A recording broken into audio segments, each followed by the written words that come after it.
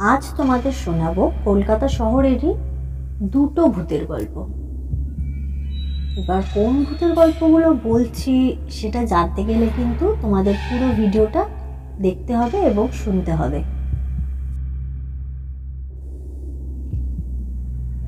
প্রথম গল্প যেটা বলছি সেটা হচ্ছে কলকাতার পাতাল রেল নিয়ে। সে এক মেট্রো স্টেশন। বিশেষত্বটা হলো শেষ ট্রেন ধরতে যাত্রীদের পরিচিত ভিড়টা এখানে চোখে পড়ে না। এমনকি শেষ ট্রেন থেকে এই স্টেশনে নামেনও খুব কম যাত্রী। আর পাঁচটা মেট্রো স্টেশনের মতোই ঝাঁচকচকে ঝকঝকে, আপাত দৃষ্টিতে কোনো অস্বাভাবিকতা নেই। 10:24 শেষ ট্রেন বিদায় নিলে কোনো জীবিত জনপ্রাণীকে গোটা স্টেশনে দেখা যায় না। হ্যাঁ, ঠিক ধরেছেন, আমরা আলোচনা করছি রবীন্দ্র সরোবর মেট্রো স্টেশনকে নিয়ে। বর্তমান কলকাতার সবথেকে আলোচিত ভুতুড়ে স্থান এবং এই মুহূর্তে আমাদের আনন্দনগরীর সবথেকে ফেভারিট সুইসাইড স্পট। মেট্রোতে যতগুলো আত্মহত্যার ঘটনা ঘটে তার প্রায় 70% এই স্টেশনে ঘটে। নেটিজেনদের দেওয়া নতুন ডাকনাম প্যারাডাইস অফ সুইসাইড।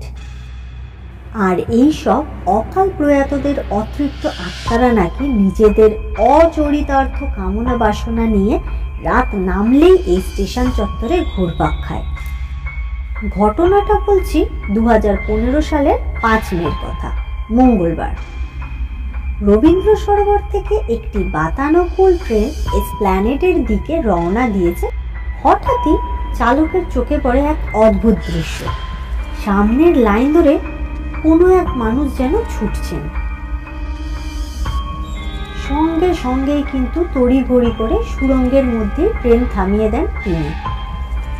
মেট্রো রেলের নিয়ম অনুযায়ী মেট্রোর 3য় লাইনে যতক্ষণ বিদ্যুৎ পরিবাহিত হবে ততক্ষণ কোনো কর্মী কিন্তু সুড়ঙ্গে প্রবেশ করতে পারবেন না। এই অবস্থায় ভেতরে ঢুকলে তড়িদাহত হওয়ার সম্ভাবনা কিন্তু প্রবল। সেদিন ঠিক কি হয়েছিল যার ফলে 10 মিনিট সুড়ঙ্গের ভেতর দাঁড়িয়েছিল একটা গোটা ট্রেন? মেট্রো পরিষেবা বন্ধ রেখে তল্লাশি চালিয়েও কিন্তু কারোর খোঁজ মেলেনি সেদিন। কর্মী বা নিরাপত্তারক্ষীদের সুড়ঙ্গের ভেতরে প্রবেশের ঘটনা জোর গলায় অস্বীকার করেছিলেন কর্তৃপক্ষ। গ্রহণযোগ্য কোনো উত্তর না দিয়েই কেবল যান্ত্রিক ত্রুটির ওপর দায় চাপিয়েছিলেন তারা। তবু বারবার নাকি দাবি ওঠে শেষ ট্রেনের যাত্রীদের অনেকেই নাকি ওই সময় বিভিন্ন ছায়ামূর্তিকে রেল লাইন দিয়ে হেঁটে যেতে যেতে আচমকা অদৃশ্য হয়ে যেতে দেখেছেন। অনেকে বলেন এই স্টেশনে ঢুকলেই কেমন যেন একটা গা ছমছম করে, একটা অজানা ভয়, অচেনা আশঙ্কা মনে চেপে বসে। ট্রেনে বসে যেতে যেতে এই স্টেশনে আবছা ছায়ামূর্তি দেখা যায় বলে অনেকেরই দাবি। প্ল্যাটফর্মে পিলার থেকে কাউকে বেরিয়ে আসতে দেখা যায়। কেউ কেউ আবার বলেন অদ্ভুত সব আওয়াজ আর কান্নার শব্দ তারা শুনতে পেয়েছেন। কোনো কোনো সময় তো ক্যামেরায় তোলা এইসব ছায়ামূর্তির ছবি মিডিয়াতে ভাইরাল হয়ে যায়। কেবলমাত্র যাত্রীরা নন, এই স্টেশনে যারা কর্মরত রয়েছেন অনেক কর্মচারীরাই দৃঢ় বিশ্বাস এই স্টেশনে চেনা জগতের বাইরেও অনেক কিছু ঘটে।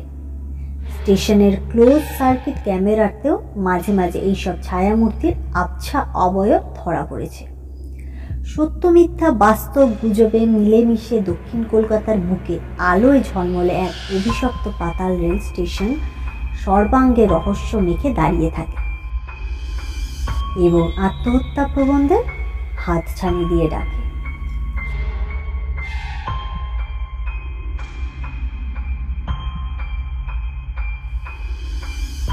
দ্বিতীয় গল্পটা বলবো আমাদের কলকাতার বিখ্যাত সেই পুতুল বাড়ি নিয়ে। পুতুল বাড়ির গল্প শোনেনি এরম খুব কম লোকই আছে, কিন্তু যারা শোনেনি তাদের জন্য তো অবশ্যই বলছি, আর যারা শুনেছ তারাও কিন্তু অবশ্যই শুনো।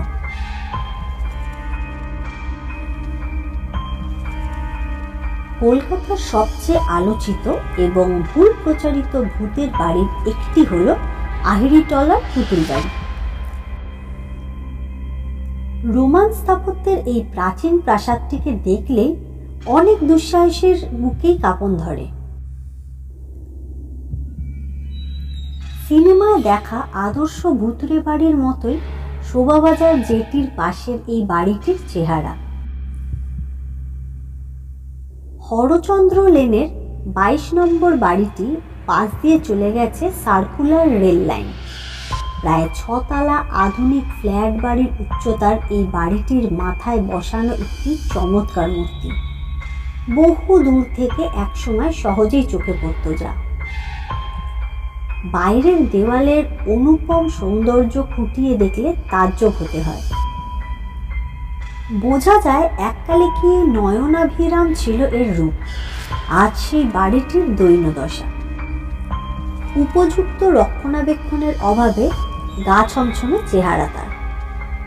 বাড়ির দেওয়াল ছাদে গজিয়ে গিয়েছে আগাছা, দরজা জানালার অবস্থা ঝুরঝুরে, দেওয়ালের প্লাস্টার স্থানে স্থানেও খসে পড়েছে। খোলা দরজা দিয়ে চোখ পড়লে দিনের বেলাতেও দেখা যায় জমাট অন্ধকার, যা চারপাশ জুড়ে গা ছমছমে পরিবেশ মনে প্রভাব ফেলবেই। কলকাতার ইতিহাস বিখ্যাত বাবু কালচার একদিকে যেমন শিক্ষা দীক্ষা, আধুনিকতা, কুসংস্কার মুক্তি ইত্যাদি অনেক দিক দিয়েই শহরের মান বাড়িয়েছিল ঠিকই, তেমনি প্রদীপের নিচে অন্ধকারের মতো ছিল তার নানা কুৎসিদ্ধি। নারী, সুরা, বেলেল্লেপনা, বেহিসাবি বেপরোয়া জীবনযাপনের এক লজ্জাকর ইতিহাসও পরতে পরতে জড়িয়েছিল এর সর্বাঙ্গে। মানুষের মুখে মুখে অথবা কবির গানে, তৎকালীন সংবাদপত্রের পাতায় এমন ঘটনাগুলোর অনেক গোপন কথা উঠে আসত। বিশেষ করে নারী ঘটিত কেচ্ছা কেলেঙ্কারি, নির্যাতন, হত্যার ইতিহাস। পুতুল বাড়ির ইতিহাসও এমনই এক বাবু কালচারের অন্ধকার অধ্যায় বলে লোকমুখে প্রচারিত। এখানকার বাতাসে মিশে আছে অনেক অসহায় নির্যাতিতার বুকফাটা হাহাকার আর দীর্ঘশ্বাস।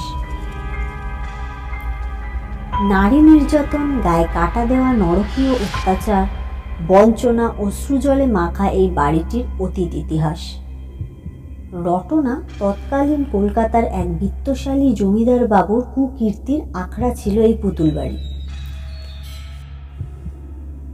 উৎকট উল্লাসে নারী লোলুপ এই বাবু রীতিমতো নিজের চাকরদেরকে নিয়োগ করে নানা জায়গা থেকে ফুসলিয়ে ফাসলিয়ে নারীদের নিয়ে এসে তুলতেন এই বাড়িতে।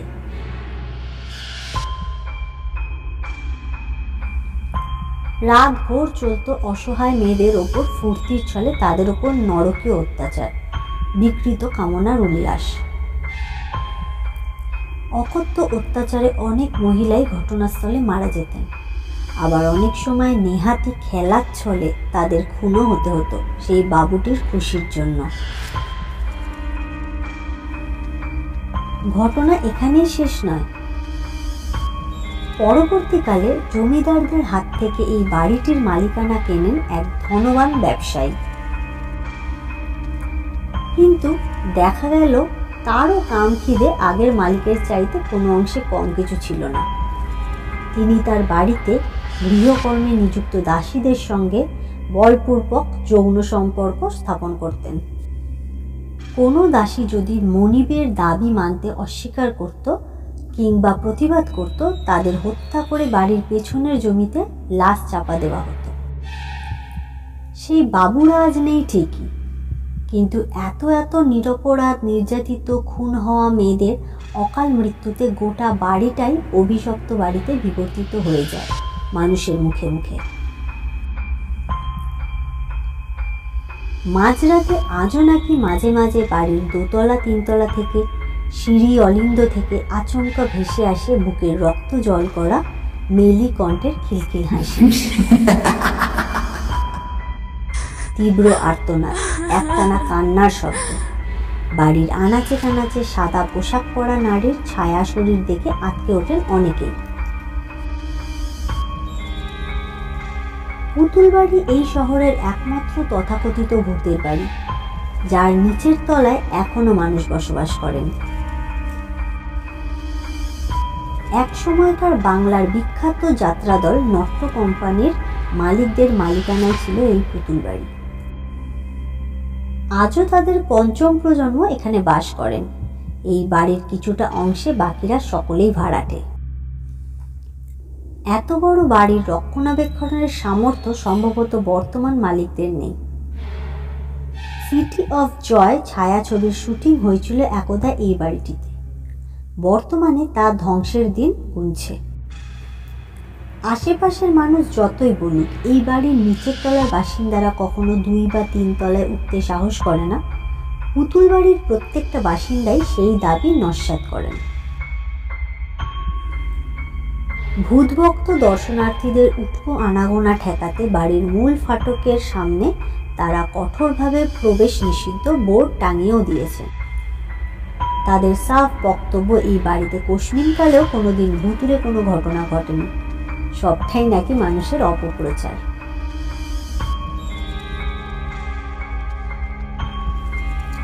বিভিন্ন রকম ভূতের গল্প শুনতে কিন্তু চ্যানেলটাকে অবশ্যই তোমরা সাবস্ক্রাইব করো। আর যদি গল্পগুলো ভালো লেগে থাকে একটা ছোট্ট লাইক অন্তত করে দিও।